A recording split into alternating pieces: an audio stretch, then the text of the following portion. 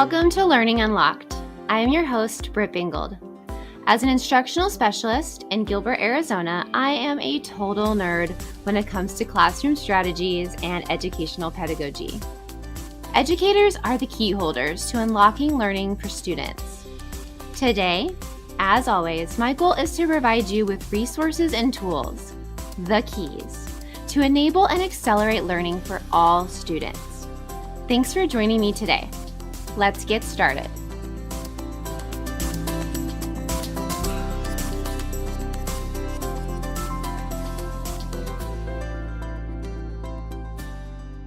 Before we get going on the interview today, I just wanted to do a quick reminder that if you have time to rate us and write us a review on Apple Podcasts, we would appreciate it.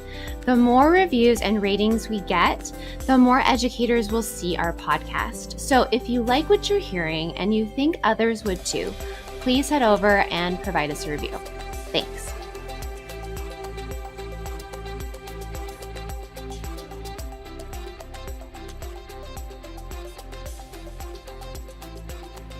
Hey key holders, welcome to episode 20 of Learning Unlocked. Today, my guest, Bobson Wong, and I are discussing the Math Teacher's Toolbox, which he co-authored with Larisa Bukalov. This resource truly expanded my knowledge of math strategies, but it also made me reflect on my own experiences as a math student. And I have serious math anxiety, and I think this book made me kind of wish that my past math teachers had discovered and used the strategies mentioned in this resource book to transform the way they taught math, because I think it would have transformed the way I feel about math now. I think any math teacher that picks this book up will be energized about teaching math to today's students. I hope you enjoy my interview with Bobson. We went a little bit longer than the hour, but that's just because I honestly was so enjoying my conversation that I forgot to keep track of time. And I just think the way he feels about his high school students just reminds me of how I felt about my high school students. And it was just so great to have a conversation with him. So please enjoy the interview.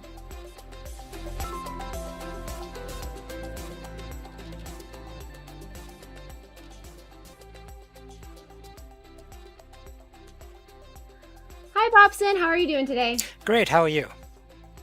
I'm doing well. You know, I'm getting excited for the holiday season and just trying to stay warm, even though I live in Arizona and it's only 62 degrees out. I'm freezing. But I know you live in New York City, so it must be much colder there. I don't know what it is there, but Yes, it's kind of well, today was kind of rainy, and it was to be honest, I actually didn't go outside today. but it was rainy, so I'm sure it was It cold. was rainy, so it was colder than yesterday. Yes, but we have a winter storm coming up soon. Yeah, you're supposed to get snow soon, you said. Yes. So, Yeah, I don't see snow where I live. I live in Gilbert, it doesn't see snow, but up in Flagstaff, they get snow. So I can get snow if I want it. I just have to drive up a little bit. So I know you live in New York City, and you said that the school you've been teaching at has been really teaching remotely this entire school year so far. I mean, since March. How has that been going? well, it's been really tough. It's been difficult for me. It's been difficult for the students. I mean, in the spring, it was abrupt, obviously. Right. And so, but one thing I realized when we went remote was that because I had been with my students for several months already, I kind of knew. Who would do what, and I generally had I had already established a relationship with most of them already, so it was easier for me to work with them remotely and to reach out to them. But this fall has been tough because I have students that I haven't seen before, that I've never met before, and students that I literally have never even seen before. I mean, I have students Crazy. who are freshmen, and so they're new to the high school. We don't even have their photo IDs in the system yet, so I literally don't know Oh, what they look like. And it's been tough. It's wow. been tough to establish relationships with students that that I don't see on a regular basis. I bet. Yeah. And when you do you guys use Zoom as your platform? Um, Teachers in our school use Zoom or Google Meet. I personally prefer Zoom because I find that it has better control over the environment, and it Yeah. allows for better collaboration among students, which I think is Right, with really their important. breakout rooms and Right. things like that. Yes. So do you teach to just like a bunch of black screens, or do some of your students come on, or do they just keep their cameras off? Well, most of my students actually keep their cameras off and they keep their microphones off. And at first, that was really disconcerting. And because I really did feel like I was just talking into a void to a bunch of black screens. But Yeah. I've come to realize over the last couple of months that that it's really important for a lot of my students to have their cameras off. Right. And so I've kind of gotten used to that, and I've learned to get around that by figuring out other ways to engage with them without having to look at them all the time. And I've also realized that a lot of kids are sensitive to the idea of being potentially being stared at for 45 minutes. It's not something that would happen in an in-person environment. So true. We're used to being stared at. The kids aren't. Right, right.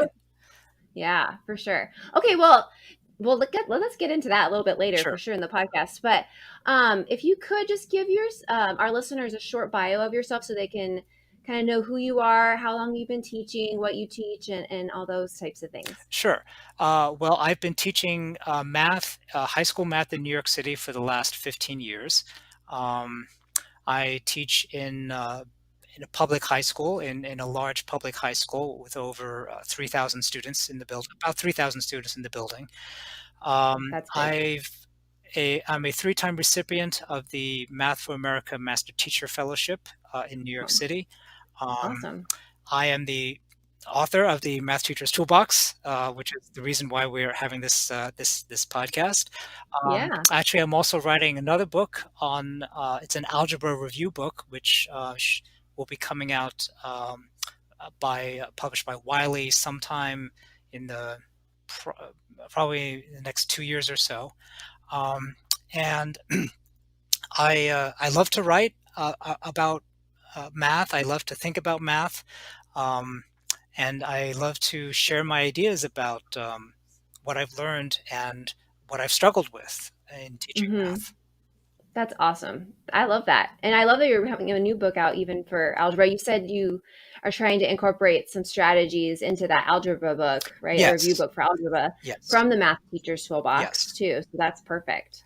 yes, Okay, well, talk to me more about. Okay, so yes, we are here to talk about the Math Teacher's Toolbox. It's kind of piggybacking your episode off of a episode we did talking about the Science Teacher's Toolbox yes. with Tara Dale, Hmm. and it's just her resource is so awesome, and your resource is awesome as well because it's really usable strategies. It's so great because it's like any math teacher can pick it up and get some strategies from them. So just talk to me about this book and why do you think it's great for math teachers and how you really do feel it impacts student learning in a meaningful way for math teachers. Well, the Math Teacher's Toolbox is a book that was written by me and another veteran teacher, Larisa Bukalov. She and I teach at the same school, and we've been teaching together for about 14 years. And so Wow, that's awesome. this book represents uh, our experiences, our struggles, and our triumphs over the last 14 years of teaching together. We wrote this book as a compilation of strategies that we've used in our classrooms to make them more engaging. And so we designed this as a resource for all teachers, not just for new teachers, but also for veteran teachers, because we feel very strongly that no matter how long you've been teaching, you can always learn something more. And we've been learning something new every year we've been teaching, especially Oh, now with absolutely. I learn something new all the time. yes, Yeah. especially now with remote learning when Yeah. we a lot of us, myself included, feel like a brand new teacher. Um, in this book we had four central beliefs about math that we worked out throughout the book. We believe very strongly that students should feel safe before they can learn. We believe that math should make sense to students. We believe that all students need access to rigorous mathematics, and we feel that teachers don't have to do everything to succeed, because we feel very strongly that teachers get overwhelmed with all kinds of ideas and information about how to improve their classes. But we also feel that teachers can't do everything. I mean, we there are physical limitations to what we can do. And Hmm. so we try to focus on the most important things, which we feel are building relationships with students, making sure that the content that we teach makes sense to them, and but making sure at the same time that the content is also uh, rigorous, so that so that they come out of it with a deeper understanding of the mathematics. Yeah, I love that. And I love that the first one you said was that they should feel safe before they can learn. I mean, they really should.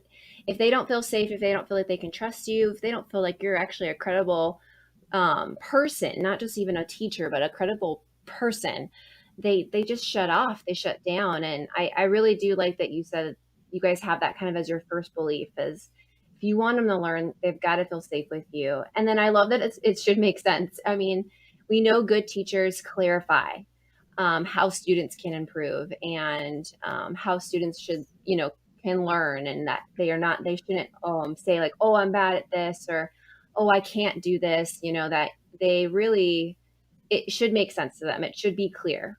So I loved all those beliefs that you guys kind of stemmed from. I thought those were really great. Thank you. It's we really wanted to emphasize not just the importance of content, but also the importance of building relationships. And we found that so many math teachers emphasize the content. They emphasize that math should make sense, and so they try to make all these connections. But we found that without building those relationships with students first, or simultaneously with that, um, none of it matters, because they won't care about the connections. They won't care about the the content. They won't care about how neat it is, because they just won't care about what we're talking about. Hmm. Yep, you got to build the relationships first, for sure. So it's so important, and that's why I'm sure this year has just been so difficult because you're used to building those relationships and having those relationships so you can dig deep into all of this, and it's probably very difficult remotely. So talk about how the book is divided. So I know you guys have divided it up into four parts. Yes. So there are four basic there are four parts to the book. The first part talks about basic strategies. So these we feel are our central beliefs kind of expanded in more detail. So we have chapters on motivation. That's actually the first chapter in the book. We have a chapter on culturally responsive teaching, and we have Love that. chapters on mathematical communication. And in all of these chapters, we don't just talk about the theory, we don't just talk about uh, the general ideas, but we also talk Hmm. The about pedagogy behind it. Uh-huh. specific ways that these strategies can actually be done on a day-to-day basis. And we feel that that's very important for us, because we've had people tell us over the years of, oh, you need to do that, and oh, you need to do this. And our question has always been, well, how does that work? What does culturally Yeah. responsive teaching look like in Look a like. math classroom when I have to teach the rules Hmm. of exponents?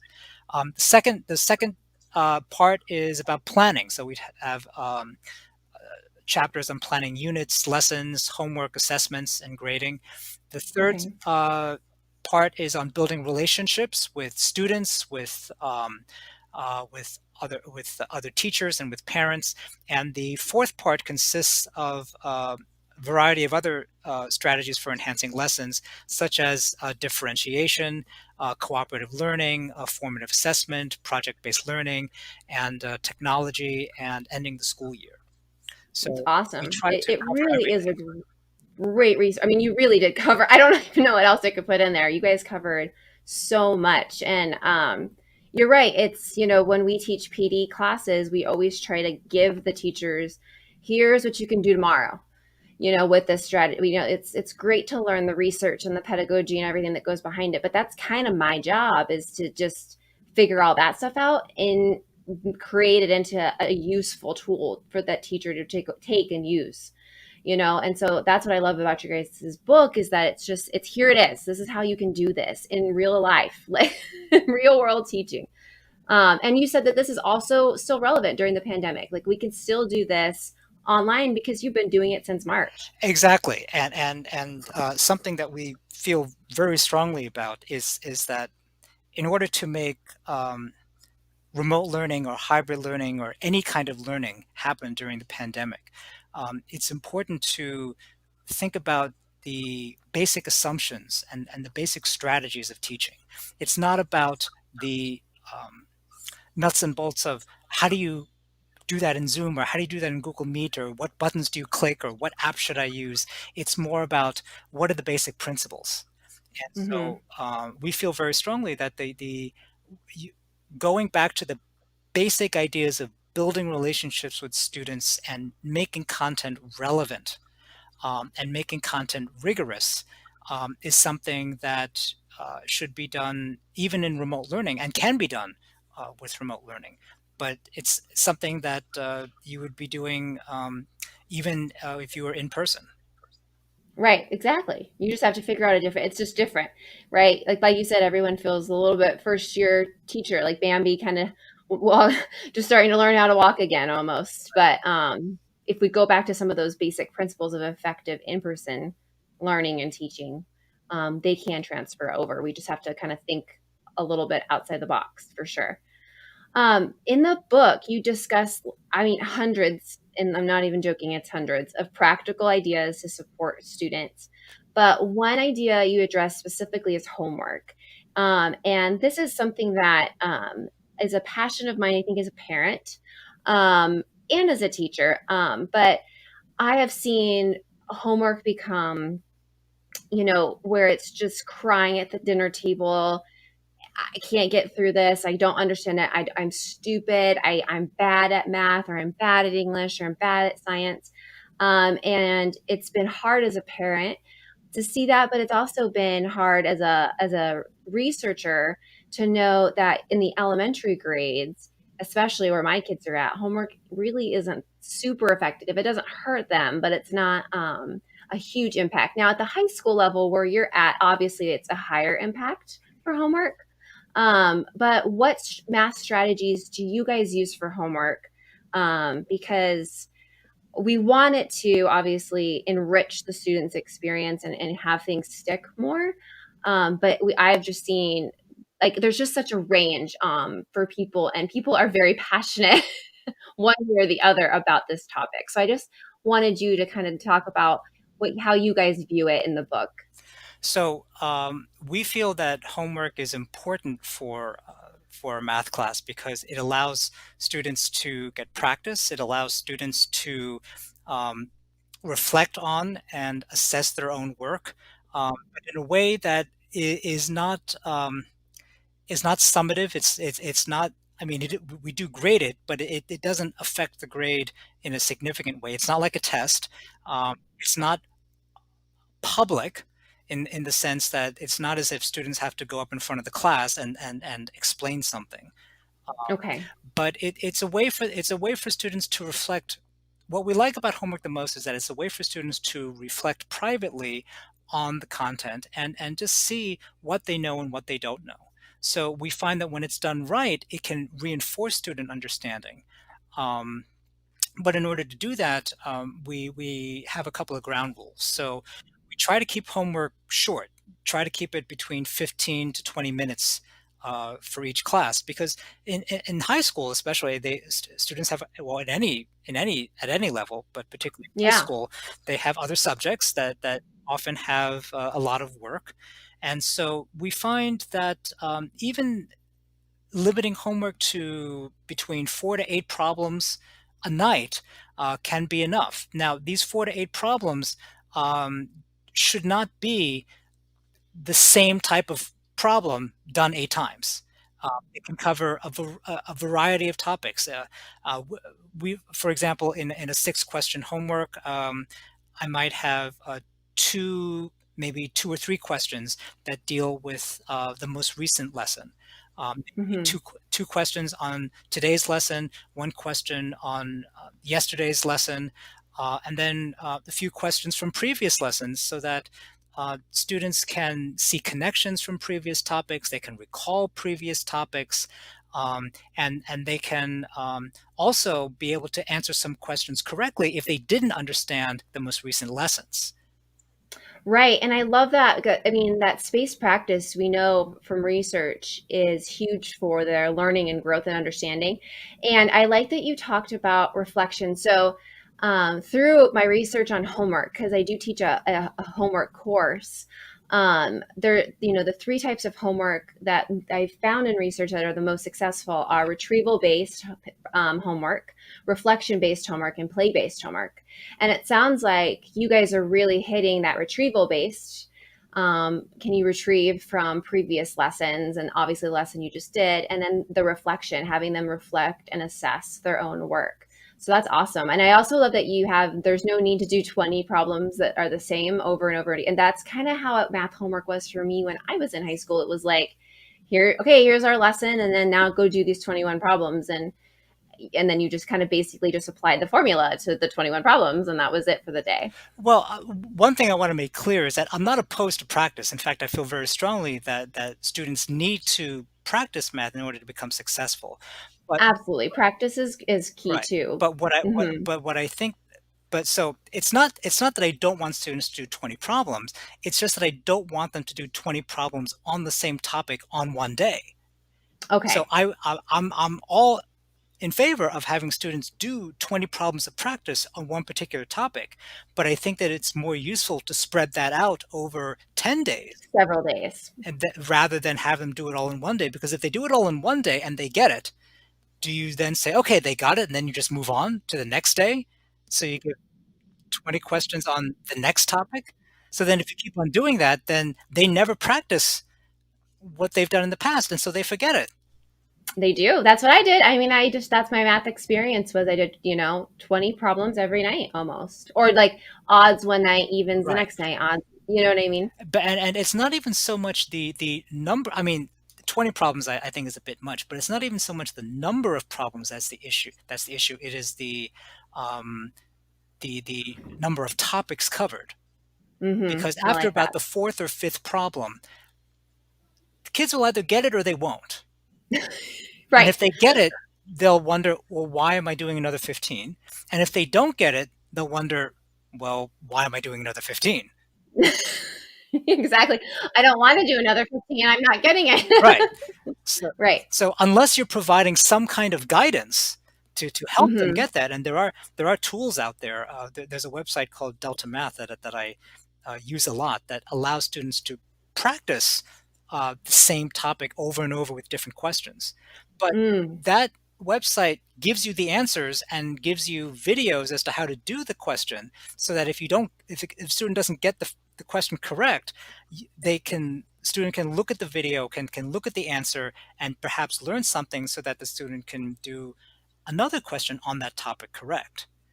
But at least that right. provides some. Kind of coaches them up a little bit. Like Right. here's where your missteps were or whatever. Yeah. Right, but simply providing students a sheet of 20 problems and say, hand it in to me tomorrow without any further guidance is not very useful.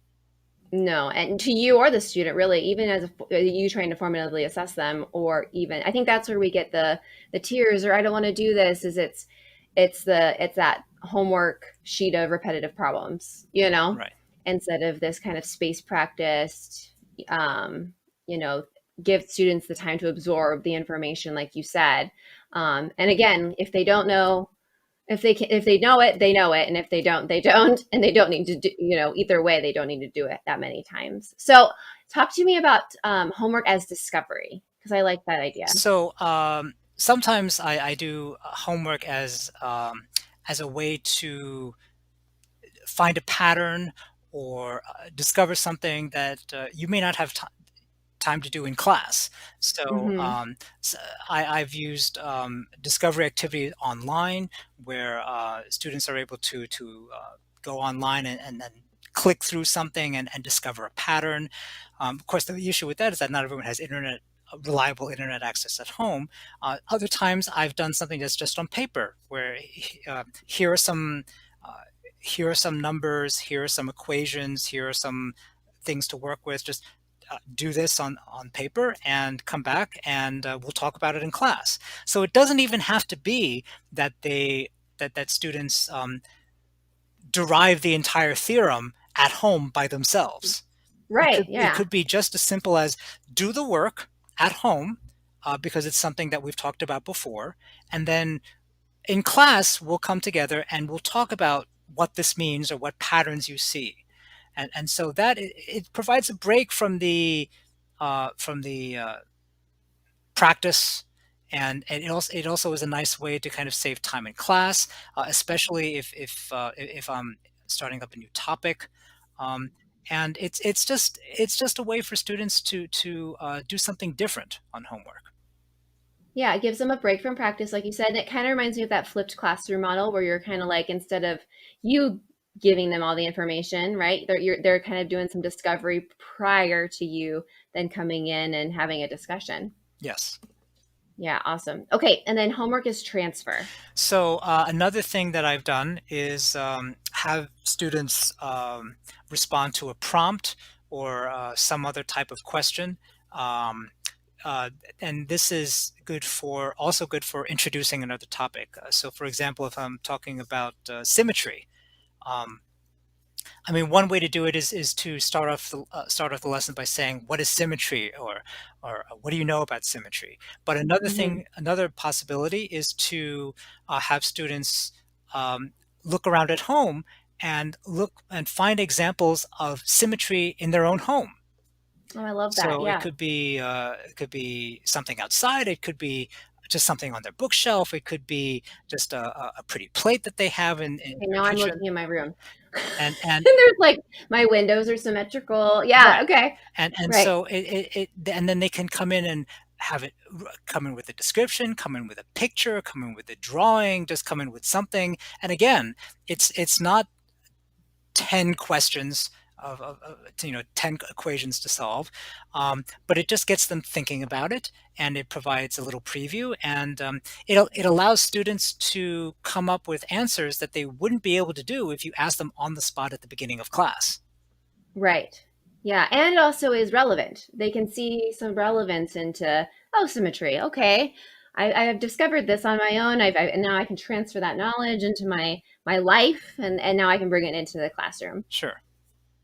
That's awesome. Okay, so the takeaway ultimately for homework in the book, in the resource book. Homework does not have to be a sheet of 20 repetitive problems. There's homework can be shorter, um, so that each problem becomes more meaningful. It Hmm. doesn't even have to be practice every night. It could be discovery or transfer. Um, Yeah. but it's a way for, but homework is a way for students to reflect on their work, and recall prior knowledge, or think about something that will help them in the next lesson. I love that. Amen. Okay. Question. My next question. Okay. So this resource is so big. It's from planning units to motivating students. You guys have differentiating instruction. But what stood out to me was how you assess student learning beyond quizzes and tests. Especially, I feel like in math, I think a lot of math teachers I work with, especially in secondary, I mean, not so much in the elementary, but secondary teachers I've worked with kind of get stuck in the quiz and tests and kind of like a pre-assessment and a post-assessment. And obviously, I think I'm not saying quizzes and tests are not important, because they are. You need to have some benchmarks and know where your students are. But I really liked that you had ideas for kids that are at different ability levels. And then also, like, what strategies do you guys use as formative assessments? And then how often do you use these strategies? So, formative assessment is something that we believe is really important for teaching, and um, we found that without doing formative assessment on a regular basis, we really have no idea what students are learning. And so, how many times teachers say, well, I taught the lesson. I, I, Mm-hmm. I talked about it, so the kids must have gotten it. And then Yeah, right. we give a test, and the kids do poorly on it, and then we say, "What? But I taught it." So Well, and the kids are so frustrated. I right. think that's when I get called in because parents and kids are frustrated, and the teacher's like, "But I did," and I'm like, like, do you really know what's going on? Do you have a kind of a nose for like what's actually going on in your classroom, a pulse?" And that I try to explain to them the formative assessment is kind of having a pulse on what's going on. Yeah, So formative assessment is something that we try to do while students are learning. So of course, there are times when we have to provide some kind of direct instruction where we tell them or we yeah, show them how to do something or how something works, and that's fine. Um, but we try to ask questions as we're doing this, so that students can think about what they're learning and what they're understanding. And of course, during direct instruction, most teachers ask some kind of question. But I'm not talking about the I ask a question and I call in one student, then I ask a question and I call in another student, because that only captures what one student knows at one particular time. And you may call on students maybe once or twice in a 45-minute period, which means that you don't even know what the student is thinking for the other 44 minutes, let alone what all the other students are thinking. right. So, Especially the ones that didn't get called, right. right? So we try to ask questions that allow all students to respond, or many students to respond simultaneously. So things like quick polls, and a lot of teachers do this. Thumbs up, thumbs down. How you understanding this? Um, some people use colored cups. Uh, Another thing that I really love, and my co-author really loves, are whiteboards, where students can work individually or collaboratively, perhaps in pairs, on a problem or on a question, and they do their work on the whiteboard, and then I can look at their work. Students can hold up their work simultaneously so that other students can see it, and we can have a Yeah. conversation about that. Classroom response systems are another tool, like clickers or online polls or things like that. Think, pair, share is another strategy that I love, where students can turn to each other and have a well, first they think about it on their own. When you ask them a question, they think about it on their own. Then you turn to a partner, talk about it, and they share out with the class. Um, Technique called "Which One Doesn't Belong" is another favorite one, which can be applied to pretty much any lesson. Yeah. You can provide four things. It could be four numbers, it could be four pictures, it could be four shapes, and you ask which one doesn't belong, or which one is different. I've actually come up with I actually heard about another way of phrasing it, and I actually like that one better. So which one is Which one different? is different? Because I when like you that. say which one doesn't belong, it kind of implies that There's a wrong there's answer. somehow Something's wrong. wrong. And when you Yeah. look at which one is different, I mean, you could take an example like 2, 21, 25, and 64. Which number is different from the others? And there are all kinds of possible answers that 64 and 25, they're perfect squares. 2 is prime. 21 is um, 21 is odd, but so is 25. And so there are different ways to look at this, but this strategy works best when each of the things, the numbers or the shapes or whatever, could be a possible answer. And so that strategy, I think,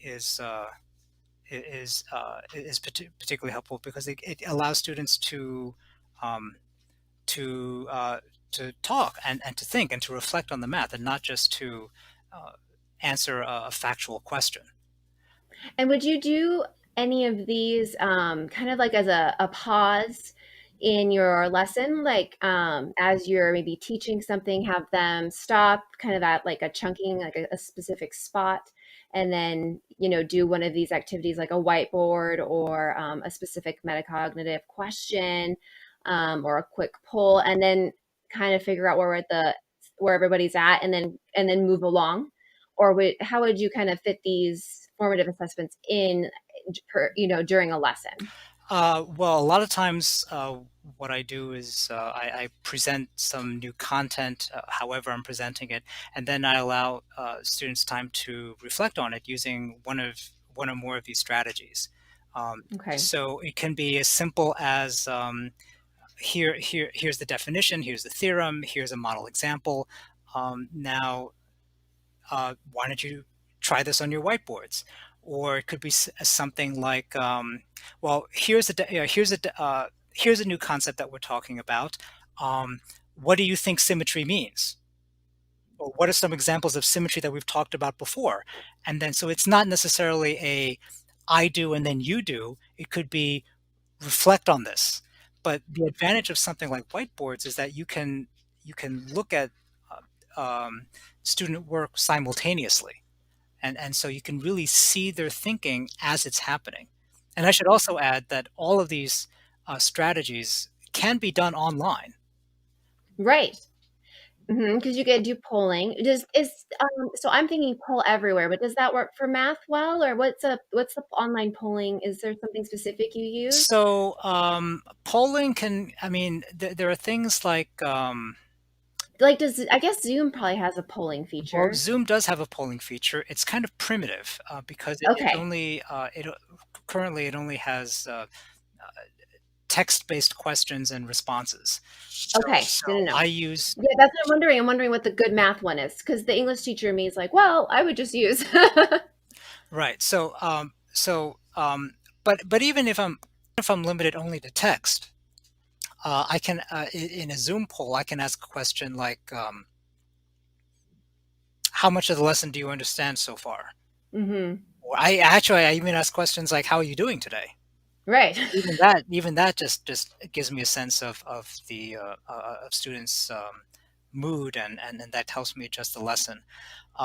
But there's an app, there's a website called, oh, there's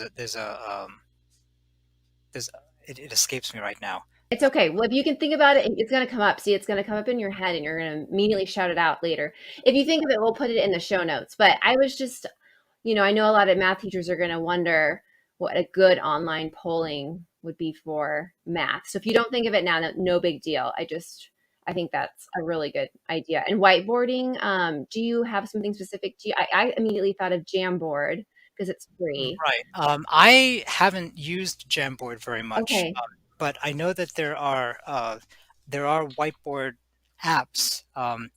There's an app called Whiteboard.fi. There's another website called Whiteboard.chat, and I've actually been using Desmos. It's a website Okay. called Desmos, which allows me to create essentially whiteboards online. It's essentially a slide presentation, and I can insert all kinds of mathematical content in it. But Oh, the cool. advantage of all of these whiteboard apps is, and they all have their advantages and disadvantages, but the main advantage of them is that you can upload content that is immediately pushed to students, so that students see it on their devices and then they respond. And as they write, you can see it, you as the teacher can see it on your screen. So what I do with these whiteboard apps is I can literally say, um, Jose, you didn't label the diagram correctly. Um, Jack, you wrote the wrong equation. Um, Maria, let me help you because it looks like you're completely lost. And I can actually look at all the student responses at once, and I can get a sense of what they're doing, what they're not able to do, and I can help them much more immediately. And I found that students really appreciate that feedback. I've actually had students who say to me, can you show me all the student responses on the screen? Because I actually share the student responses on the screen. Now I can, Going to ask you that. Can you share them and so they can kind of even just reflect on like, oh, that's where I messed up. You know what I mean? Or they could yes, see. Yes, and Desmos actually has the feature has the ability to anonymize student responses, so you don't feel so students don't feel like they're being called out. Right, yeah. Mhm. Um, but I can show student response. A lot of times what I do is I'll pose a question. Sometimes, for example, let's say it's a practice question. So I'll pose a question and I'll have students do it. And as they're doing it, I can point out corrections, and I share my screen with students so that students can see all their all the students' responses at the same time as they're writing it. And Mm. they like that too because they can see, oh gosh, everyone's putting arrows on their graphs. Ooh, oops, I forgot to do that. Or they'll Except for me. Right. Or Right. they'll say, well, wait a minute. Wait a minute. Why is everyone saying 0? It's not 0, it's 5. And so they can say, well, I know the answer is 5. Everyone else is wrong. And then as a teacher, I can see that if everyone's writing 0 when it should be 5, I can say, okay, stop people because you're all thinking it's 0. It's not. So this gives me instant feedback as to what students are doing, what students are not doing, and I think it's particularly important in an online environment because there's really there are very very few ways that teachers can know what students are actually doing. Yeah, I mean, and that's awesome because immediate feedback is what they want. They want to know how to, I really truly believe students want to know immediately how to improve, and they don't get that enough, I think, sometimes in our face-to-face classrooms, even though we try to get around to all of them. It's hard. Right, and the advantage of whiteboards is that it also when we're focusing on the student work, we at the same time we're also not so worried about whether or not they have their cameras on or whether or not they have their microphones on. So when I do the whiteboards, I don't need to see their faces. No, I you don't know need they're to there, have they're their working, they're microphones on doing their thing. because right, and because I mean if they're not writing on the whiteboards, then they're not working. Now, maybe they stepped away, maybe they're confused, maybe their internet connection is spotty, but no matter what the reason, I at least I can act on it. I can say, "Hey, do you need help?" And usually I get a response of my internet connection's spotty, or I have no idea what you just did, or I can't figure out how to click this. But at least it's something. Yeah, and they just give that to you in the chat. Or they speak, Oh, or, they or or they just unmic. Oh, no, they just right. unmute. So they can unmic them. But what's important is that at least I get a response from them. And very rarely, I mean, since I've been using these tools, I very rarely get students who will not respond at all. And when I do, then I can have a conversation with them or their parents later as to what happened. And sometimes it's a technical issues, sometimes something else came up at home. But again, at least it's a conversation, and at least I have the evidence to say, "Hey, you weren't able to keep up with us today. What happened?" Right. And then do you have office hours and things like that where they can come in at all and get help, or how does that work if they do get behind? Um, I do have office hours of sorts. They're not official office hours, but I do give students opportunities um, to catch up on work. I mean, Okay. one of the things about online learning that I found is that uh, I have to be flexible with deadlines because it's just impossible to keep up with it otherwise. I mean, it's hard enough for me to grade this stuff. So if I can't grade students' work immediately after it's due, why should I demand Do they that they have yeah. to hand it in exactly at the deadline? Now, obviously, there are limitations to that. Like I can't.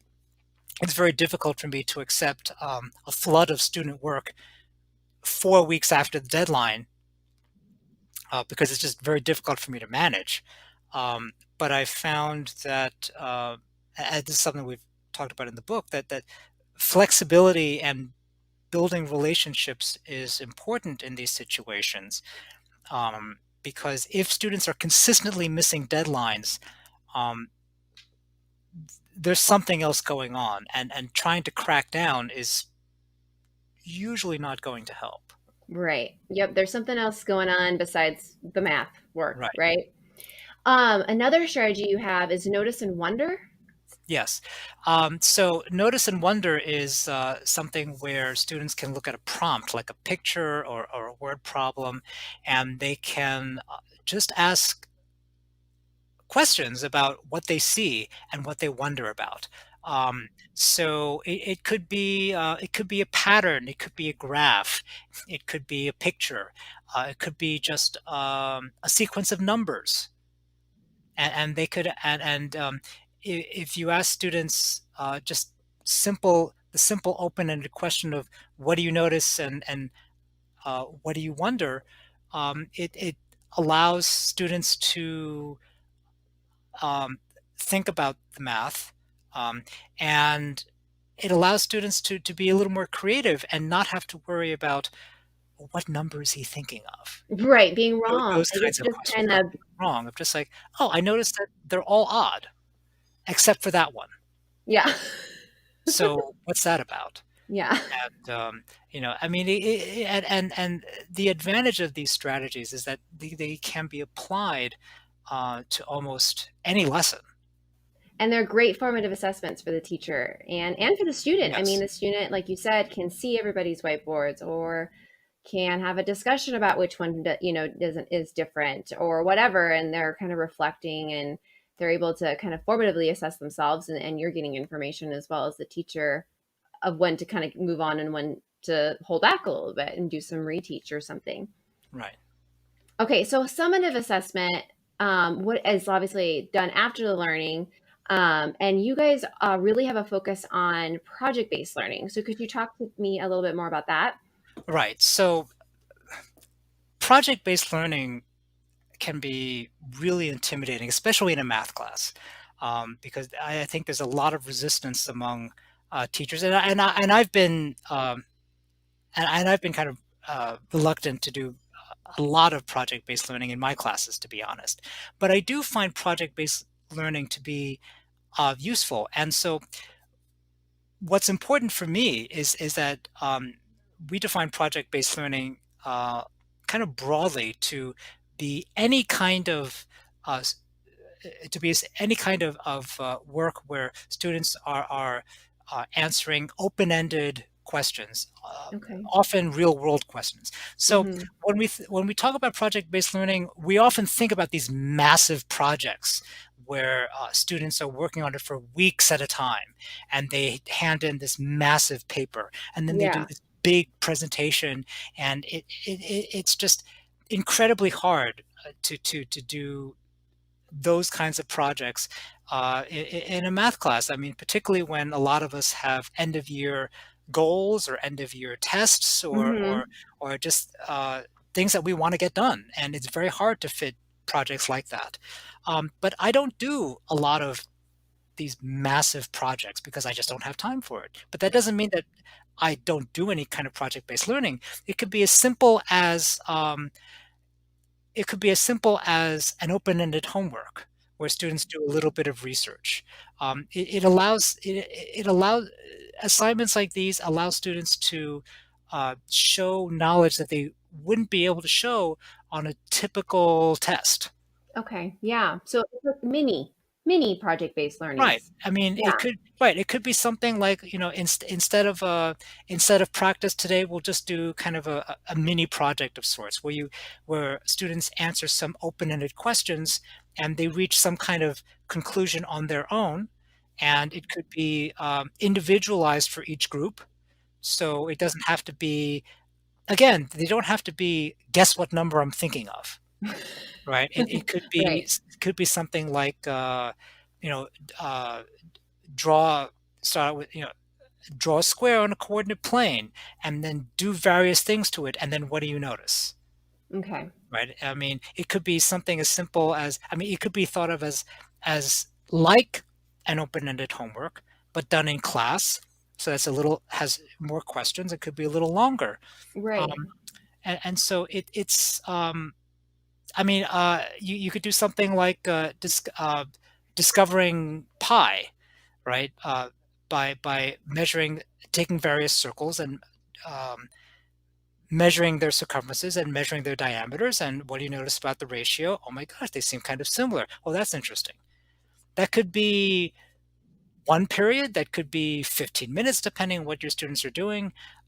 Just, I think for me, project-based learning is more about getting students to answer open-ended questions in a thoughtful way. Yeah, I like that you have that students can draw, they could speak, they could sing. It's stuff that they can do where you have Right. showcase talents in here. Like no, I've never been able to in any math class I have taken in my own personal life to showcase a talent I have Hmm. in math, like a different Hmm. talent that would connect to math. So even in you have geometry, create a piece of art that reflects your personality, but it includes these specific shapes. There's so many students that would be so drawn to that. I mean, well, drawn, that was a pun, but I didn't mean to do that. But they would be, they would be so like, wow, I can do this. This is my type of creativity, and this is the way my brain works a little bit more. And but they're still reinforcing those concepts that Yes, you I actually, taught. when I taught geometry last year, I actually had students do a construction project. So what they did was they used Yeah. a compass and straight edge, uh, and so using only a compass and straight edge, the same tools that the ancient Greeks used, create all of these shapes. Now constructions are part of high school geometry, but I asked them to create a design on a paper that reflected their personality. So I was amazed at all the different student responses that I got. I had students who were incorporating their country's flags, they were incorporating their hobbies, they were incorporating their favorite colors, and different aspects of themselves, but they were incorporating them using geometric shapes that had to be constructed using certain rules. Um, so That's this is great. something Yeah. that really allows students to express themselves while doing math. Yeah, and it's non-routine. It's open-ended. I Yes. love that. Yeah. And then what and you said something, you did something with fractions as well. So fractions. I mean, this is kind of a less elaborate activity, but one thing that students could do with fractions is just write a word problem about your family or about something that's important to you that uses fractions. Well, and I know that sounds simple, but I think your brain immediately has, I mean, that just you critically have to think about that. Right. So I mean, it's simple. It's simple in the sense that it is not an elaborate multi-day project. Yeah, but it's yeah, I don't mean simple. It sounds simple, but it's not. Right, right, right. I mean, it's right. I mean, I say that it's not simple. It's simple in the sense that it's not as intimidating for teachers as, oh my gosh, I have to give a project on fractions. Yes, because I And think they get teachers I've talked to are like, I can't do project-based learning. It's too much. I can't handle it. Like right, they're going to be running all over the place for weeks with no direction, you know? I right, like that these are mini and it's like bite-sized project-based learning right, where the student is really in the driver's seat right, and you're kind of there to guide them, but you're giving them these really critical thinking tasks that incorporate the math that they're learning. I right. think that's really great. Well, it only works when the students are guided. I think one of the big challenges with project-based learning is that it's very easy to just give students an open-ended task and say go. Right. Oh, yeah. That's what I think. I think that's what a lot of teachers mistake project based learning for.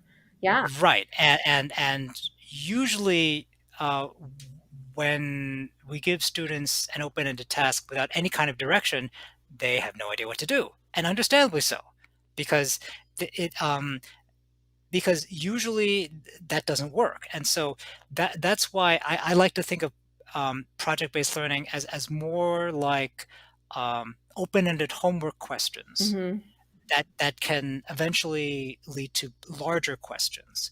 And so because students need practice with project-based learning, you can't just give them a project at the beginning of the year and say, okay, it's due in 6 weeks. Good luck, because they won't know what to do. No, they won't. They need practice answering an open-ended question. If it's a group project, they need practice working in groups. They need practice talking to each other. They need practice sharing documents and working with each other and meeting deadlines. And so that's why I feel that project-based learning can be very intimidating if it's not done correctly, and it leaves both the teachers and the students feeling frustrated. So I think that thinking about it as um, an open-ended homework question, and even just doing that on a regular basis and discussing it and then discussing those questions in class, so that it's not just, oh, I answered this open-ended question, I hand it into the teacher, I get a grade back. Right. But getting students used to this idea of, we had an open-ended question, we come into class, we discuss it for a couple of minutes, doesn't have to be 45 minutes. It could be, okay, examples of symmetry in my home. Well, here's an example, here's an example, here's an example.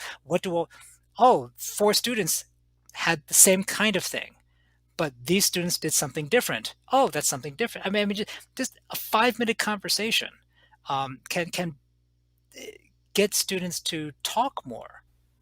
Well, talk more to each other, talk more about math, and that's building relationships as well, too. Yes, yes, exactly. Yeah. Okay, so we know that it's important to hook students right away at the beginning of any lesson. Do you have like a favorite strategy from your book when it comes to getting them engaged? Well, it sounds like everything you're doing is getting them engaged.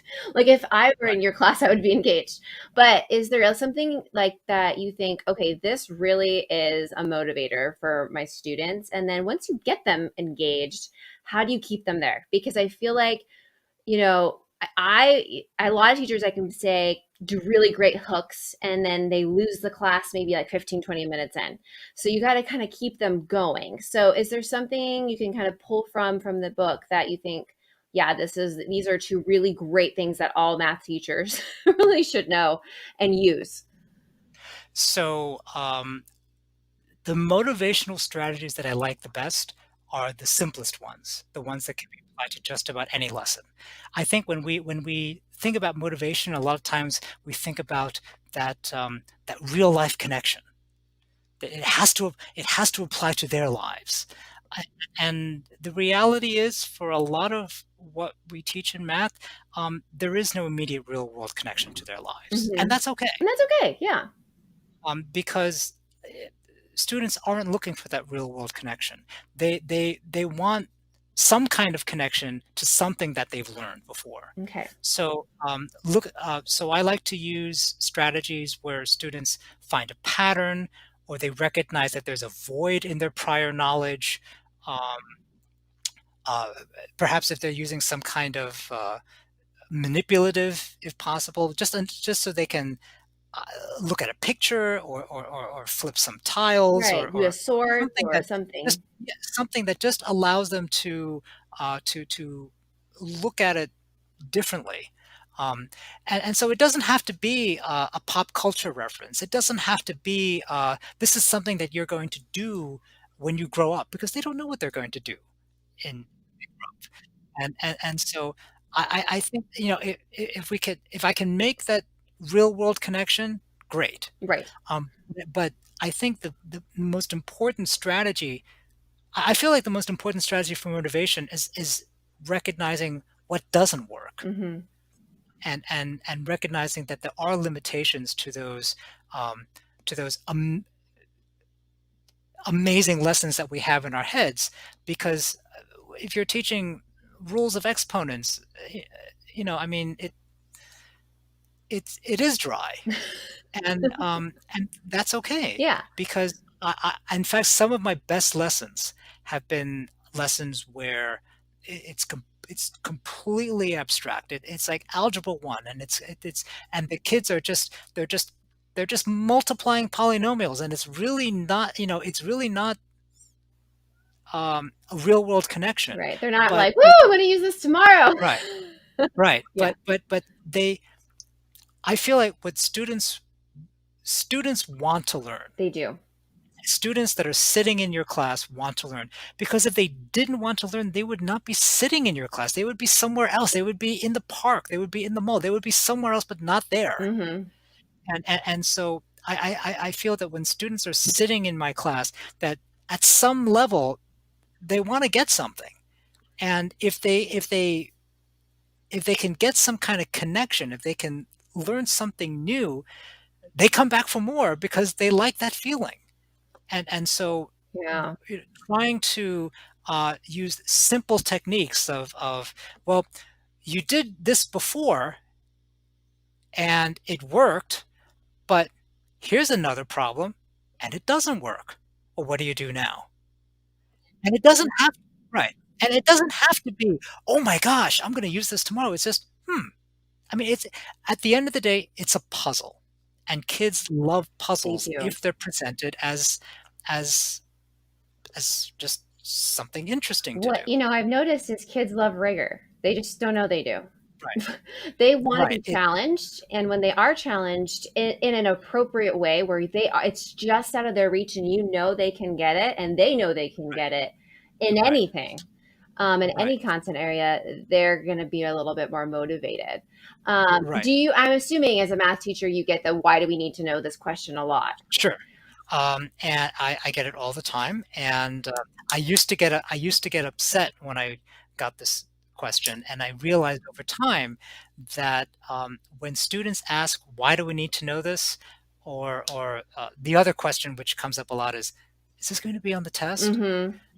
That's generally their way of saying, "I don't get what you're saying." Mm, And so totally. what I That's like try a to cry do for help, right?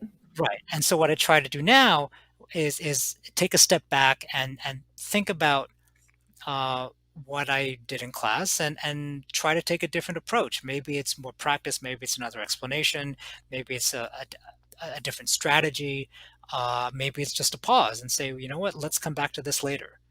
Um, but I think that, when students ask, "Why do we need to know this?" They're not looking for a real world application, because most of the time there won't be one. And even if there were one, that doesn't necessarily mean it would apply to them. Or they would get it any more or less than they did Right, before. right. Because it's not as if, you're right, even if it is directly applicable to their lives, that doesn't magically make them get it. Right, Right. And I think, and so here's where I think where we're leading here, and this is my favorite part of your guys' book, is that the motivation really ultimately, if we boil it down to it, is tied to that culturally responsive teaching. And it's the use of students' prior experiences to expand that learning capacity. And I think a lot of teachers miss that. I think if you miss that step in creating your classroom culture, you that's when you get the types of questions like, what are we doing today? Why do we need to know this? You know what I mean? This is stupid. I'm really bad at math, whatever. You get those types of responses. And those are just fear from kids. Those are, they feel threatened. They don't understand. They feel inept in some way. But if you build up that relationship, then you're not going to see that quite as much. right. So culturally responsive teaching gets a bad rap in a lot of places, and particularly in math. I Or mean, there just are a kind lot of of people. confused. I think people are confused on it too. Right. Yeah. I mean, I think that a lot of people believe very strongly that math is somehow objective, Yeah. that history and social studies and English, they're more subjective because it can change depending on your opinion, but math is objective. I mean, you could look up 2 plus 2 equals 4 online, and you can see all these, you could see people writing very passionately about why math is objective. But I think that culturally responsive teaching is not so much is not about debating whether 2 plus 2 equals 4, but rather on understanding how students learn and what we as teachers can do to help them learn. So it's not making cultural references in class. Right. It's not wearing it's not wearing a sari or a sombrero in class. It's not making references to egg rolls Which a and lot of teachers chopsticks. do. They think they, oh, well, I'll just change this out and we'll put in like these different types of names into the Right, word right, problems, and then I'm culturally responsive, right? right. And it's not trying to be their it's not trying to be students' best friends. No, It's not trying to not see their color. I mean, very common response is, well, I don't see students color when I teach. I just teach the math. And the problem with that is that, as teachers, we would never say, um, oh, I don't think about their proficiency in English. Oh, mm. I don't think about their disabilities that's on their IEP. I just teach. Oh, see, I mean, yeah, I love we that would never point. do that to students. We try to differentiate as best as we can based on what we know about our students. If they have limited English proficiency, we try to work around that. If they have particular needs, we try to work around that. And so, being culturally responsive is a part of that. It's about getting to understand students' culture, their background, not just their ethnicity, No, yeah, um, who they but are, also yeah. who they are as individuals. It's Hmm. about getting to know students as individuals. I mean, that I think is a really important part of culturally responsive teaching. But in order to do that, it also involves a lot of self-reflection, It and I does, think this is yeah. something that makes a lot of people very uncomfortable, because when we reflect on our not just on our students, but also on ourselves, it involves thinking about what our own biases are, and we all have Oh, totally. biases. We all have assumptions, Hmm. and they're not necessarily biases are not inherently bad. Right. We just have to be aware of um, what our own assumptions are and think about how that affects our students and our students' understanding of us. Oh, I say it mean, again. I love that. Be aware of our own assumptions and how they affect. we need to be aware of our own assumptions and think about how it affects our students and their perception of us. Yeah, and they're learning. Oh, yeah, Yes. perfect. So, Write that down, you know, people. That was a good definition of culturally responsive teaching. right? Because so much of it is, I mean, it's not about. I mean, we could think, for example, teachers have probably very strong opinions on authority. What is proper authority? How is authority treated? How do you talk to people who are authority figures? How do you not talk to people about authority figures? And how did you get those beliefs? Yeah. Was it from your own upbringing? Was it from something? Yeah, and then think about, well, how do students think about authority? How are they treated by authority? How might they react to authority? And so, just asking questions like that can lead to some very uh, difficult and frankly and painful uh, self-reflection and conversations, Hmm. because what I my experience with authority might be very different from my students' experiences with authority. And that's not to say that their experiences are somehow less meaningful or bad. They are what those experiences are real to. What matters is those experiences are real to them. And it's I am not in a position to say that their experiences are somehow less legitimate than mine. Right. And I also love that you say it's also having high academic expectations for all students. I really, it gut punches me when I hear any teacher say, oh, my students can't do that, or this group of students can't do that. Right. Or Oh, somehow I have to dumb it down to them so that they get it. yes, I hate, oh, it Because just gut because, punches. because they are, the idea is, oh, those students, they struggle a lot, so I have to simplify it for them. And that's not culturally responsive teaching either. It's not about being their best friend and understanding where they're coming from. that's such a shallow understanding of culturally responsive teaching, because that understanding where students are has to be coupled with getting them to where they need to be. Right. And as teachers, we often focus on where they need to be, and we like to say that we like to meet them where they are Hmm. and get them to where they need to be.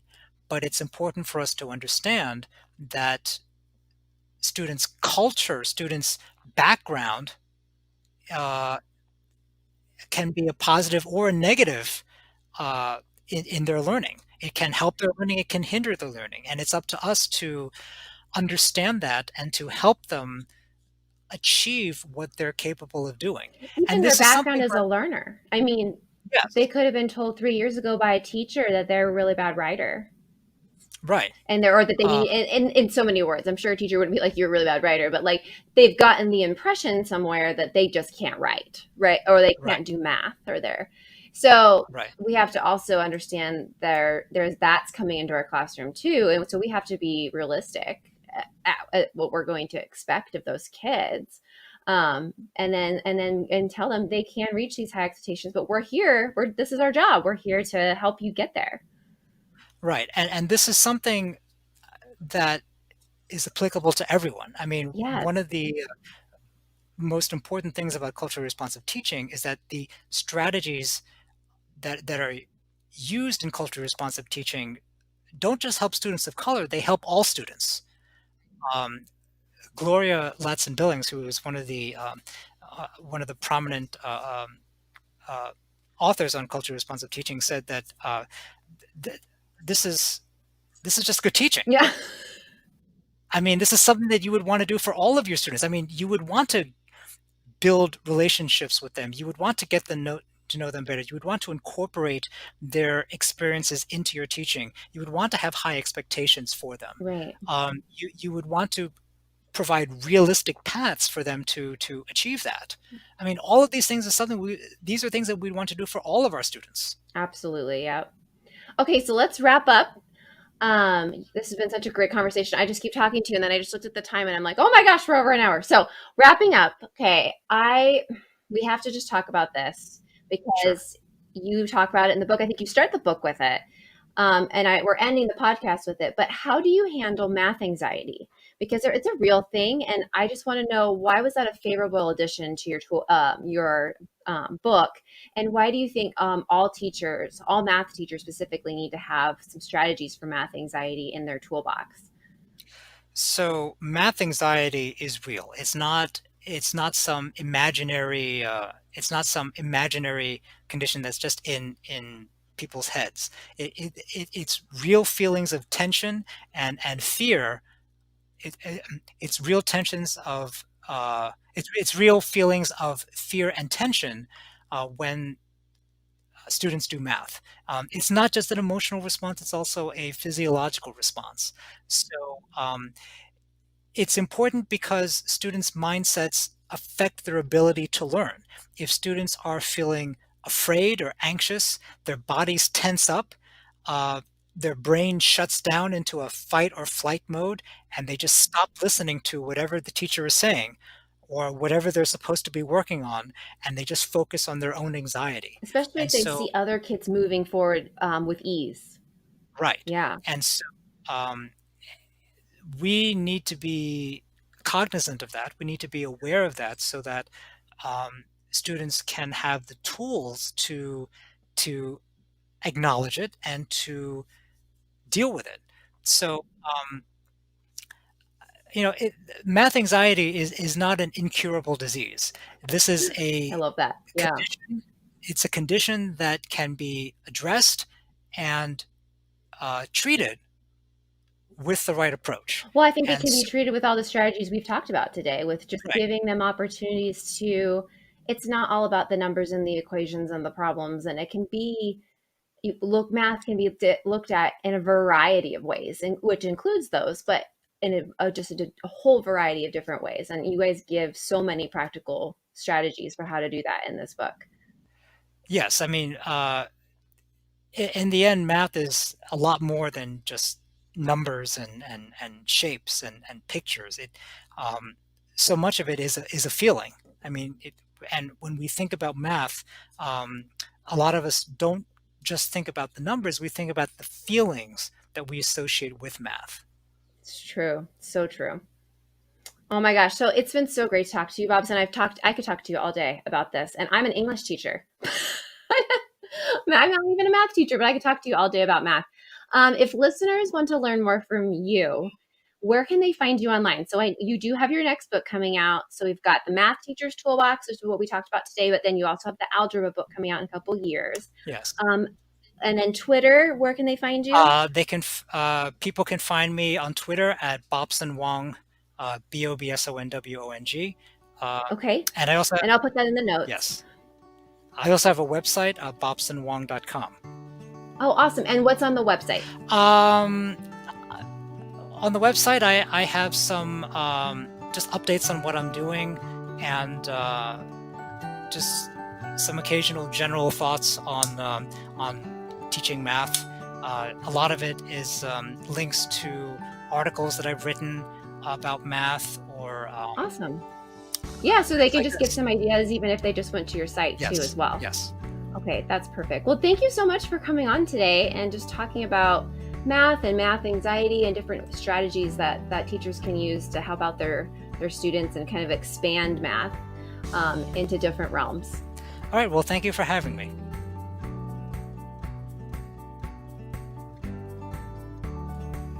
Thanks for listening. I hope you've enjoyed this episode of Learning Unlocked and finding out more about the Math Teacher's Toolbox, strategies that you can use in your classroom tomorrow to help your students. If you have listened today as a GPS educator, you can receive PD recertification credit by visiting our Employee Hub page and navigating to Professional Growth and then Digital PD courses. Just a reminder that we are on Facebook, Instagram, and Twitter at GPS Prof Growth. That's at GPS PROF GROWTH. For more information or resources from this episode, please visit our website at learningunlocked.libsyn.com/website. We are distributed by Libsyn to Apple and Spotify podcasts, iHeartRadio, Audible, and Amazon Music.